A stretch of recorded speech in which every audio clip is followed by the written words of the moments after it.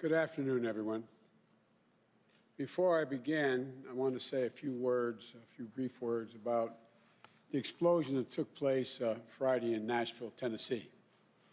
Federal, state, and local law enforcement working around the clock to gain more information on motive and intent. This bombing was a reminder of the destructive power that an individual or a small group can muster and the need for continuing vigilance across the board. I want to thank the police department in Nashville, particularly those 5 police officers who worked so quickly to evacuate the area before the explosion occurred, risking their own lives. And for all the firefighters and first responders who jumped into action early on that last Christmas morning. Their bravery and cool-headedness likely saved lives and prevented a worse outcome, and we are eternally grateful to that law enforcement agency. And I know the hearts of all Americans are the people of Nashville as they rebuild and recover from this traumatic event. Now, Vice President Harris and I, along with our nominees to lead the national security institutions, have just been briefed by some of the professionals who have been conducting agency reviews as a part of our transition.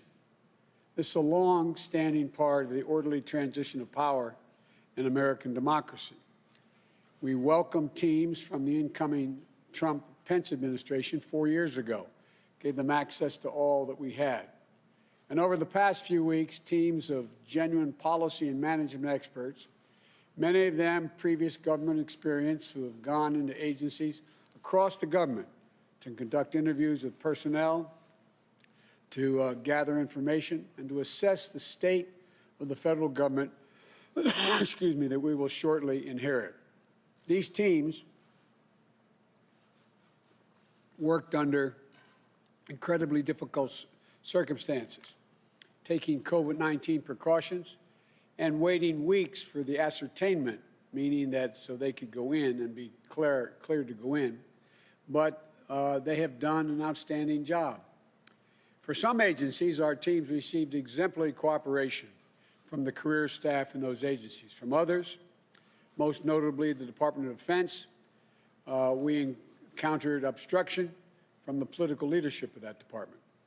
And the truth is, many of the agencies that are critical to our security have incurred enormous damage.